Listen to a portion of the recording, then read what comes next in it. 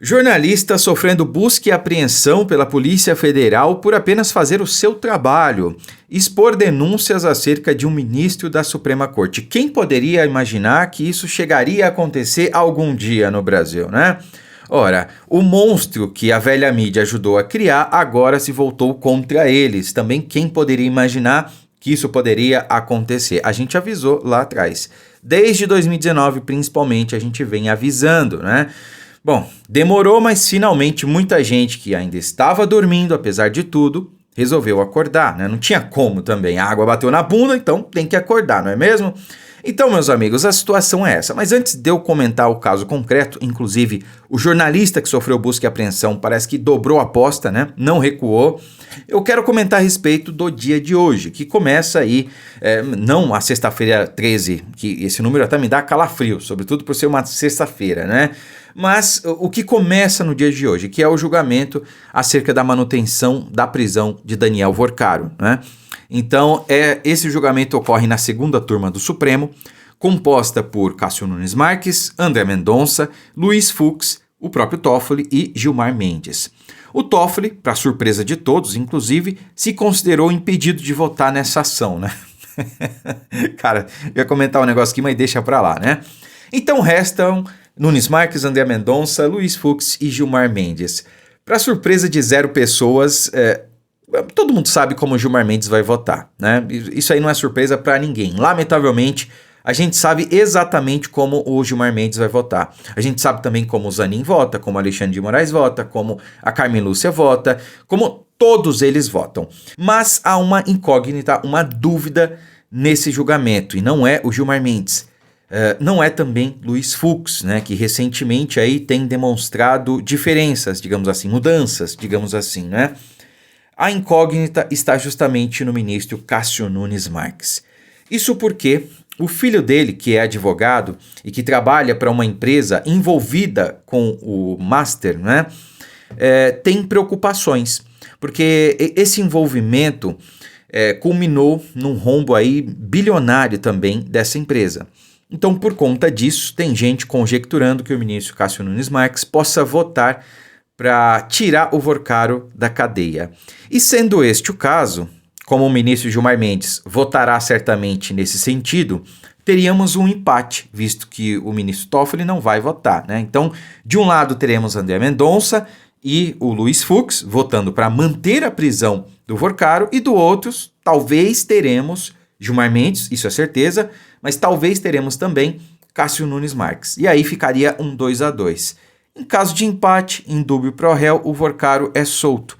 E esse é o problema, porque o Vorcaro solto, existem algumas possibilidades, né? A primeira delas é que ele fuja do Brasil. Primeira vez que ele foi preso, estava prestes a embarcar num avião rumo a Dubai, né? Ia fugir. A segunda possibilidade é que possam fugir com ele, se é que vocês me entendem. E num país onde, lamentavelmente, aviões caem com uma certa frequência, é preocupante o Vorcaro estar solto, né? Por isso que ele está num presídio de segurança máxima. Realmente, segurança é a primeira preocupação dele, né? É um arquivo vivo. As pessoas têm interesse, Brasília tem interesse que o Vorcaro não faça uma delação premiada. E ele estando num presídio de segurança máxima, cabelo raspado, né, sem as regalias que tinha a vida de bilionário aqui fora, muito provavelmente ele vai delatar em breve, né? E vai entregar aí toda a galera. A gente sabe que a Polícia Federal, inclusive, já se manifestou dizendo que não sabe se quer uma delação do Vorcaro. Talvez não seja necessária a delação. Mas eu sei que tem muita gente envolvida nesse esquema que a Polícia Federal não vai descobrir. E seria interessante o Vorcaro abrir a boca, né? Seria muito interessante. Tem muita gente interessada em o Vorcaro não falar. E pode ser que a gente tenha uma surpresa negativa nesse julgamento, tá? Mas particularmente eu acredito que será um 3-1. André Mendonça, Cássio Nunes Marques e Luiz Fux votarão para manter a prisão do Daniel Vorcaro. E a partir daí uma delação é inevitável, tá?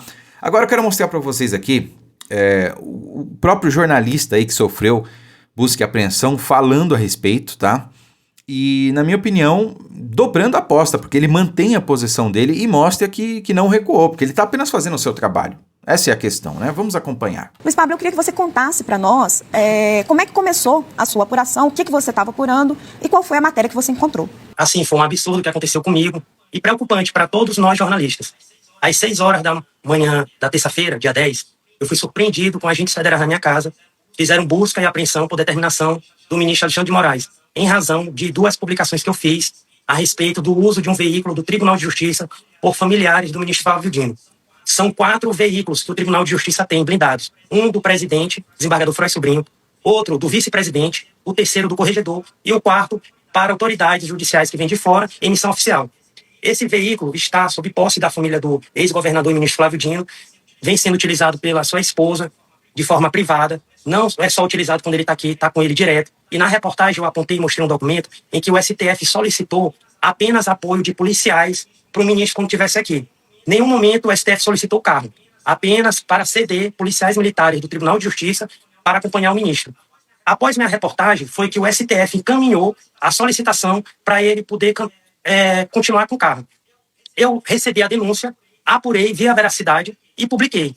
Infelizmente, estão me imputando crime de perseguição, como se eu estivesse monitorando o ministro e sua família. E jamais eu fiz isso. Eu fiz meu trabalho, minha atividade de jornalismo investigativo, encaminhei e-mail às instituições, para o STF, para o Tribunal de Justiça, não me responderam e divulguei a informação.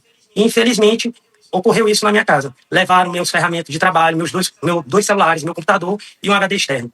Como você recebeu esse tipo de ação? Como uma intimidação ao seu trabalho? E se além dessa decisão, além dessa operação, houve outras formas de intimidação, outros recados, outras manifestações que chegaram até você, fruto dessa apuração que você fez? Infelizmente, quem acompanha as ações do ministro que decidiu, sabe que tudo que a gente vinha a comentar, que desagrade uma decisão dele, o resultado é sempre prisão. Que eu espero que não aconteça no meu caso. Que eu estou respeitando a decisão e espero bom senso na condução desse processo. Que eu me senti violado no meu direito como jornalista. A decisão está sob segredo de justiça, eu não posso comentar muito detalhes sobre ela. O que eu posso dizer é que eu espero que isso seja feito da melhor maneira possível, porque eu não persegui o ministro.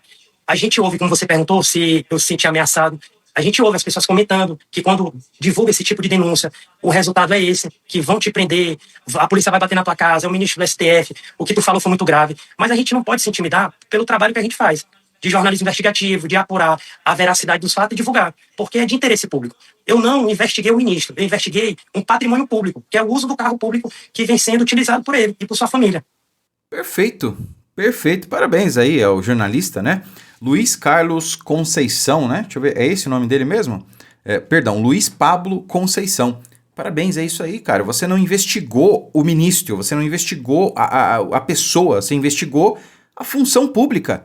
Antes de mais nada, o ministro, ele exerce uma função pública, ele está ocupando um cargo público, ele é servidor público, portanto, está sujeito ao escrutínio público, está sujeito à fiscalização, está sujeito à investigação. Ninguém está acima da lei.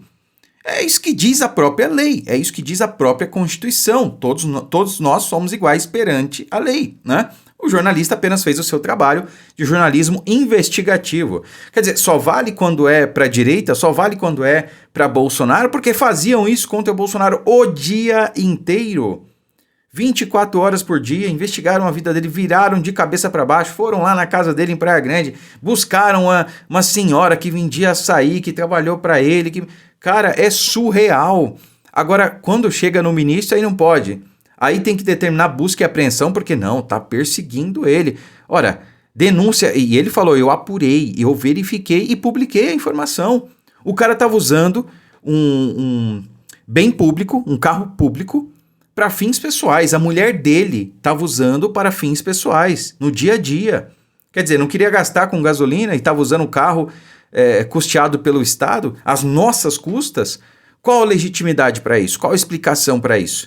E aí o cara faz uma matéria, investiga, apura os fatos, publica, e a preocupação é investigar ele e não os fatos em si? Enfim, isso não me surpreende, porque o que já chegou de denúncia contra Alexandre de Moraes e quem denunciou é que virou investigado e não o próprio denunciado, como foi o caso do Tagliaferro, nada mais me surpreende nesse país. Então vamos aguardar que seja feita a justiça. Vamos aguardar que o caso do Daniel Vorcar, o caso Master, derrube certas figuras aí, porque tudo isso aqui vai ser apagado. Esse jornalista que sofreu busca e apreensão lamentavelmente, né, deve ser indenizado pelo constrangimento que passou. Porque está apenas fazendo o seu trabalho. Parabéns aí pela coragem. Continue. É disso que o Brasil precisa.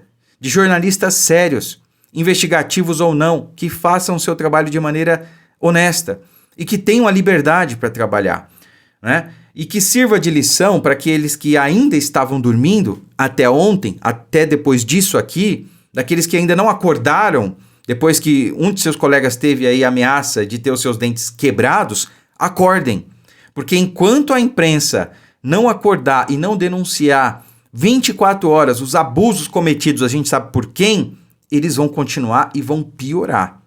E acho que essa altura do campeonato todo mundo já percebeu que ninguém, mas absolutamente ninguém, para ser até redundante, está livre da ameaça que está lá em cima. Curta, comente, compartilhe o vídeo, fiquem com Deus e até a próxima.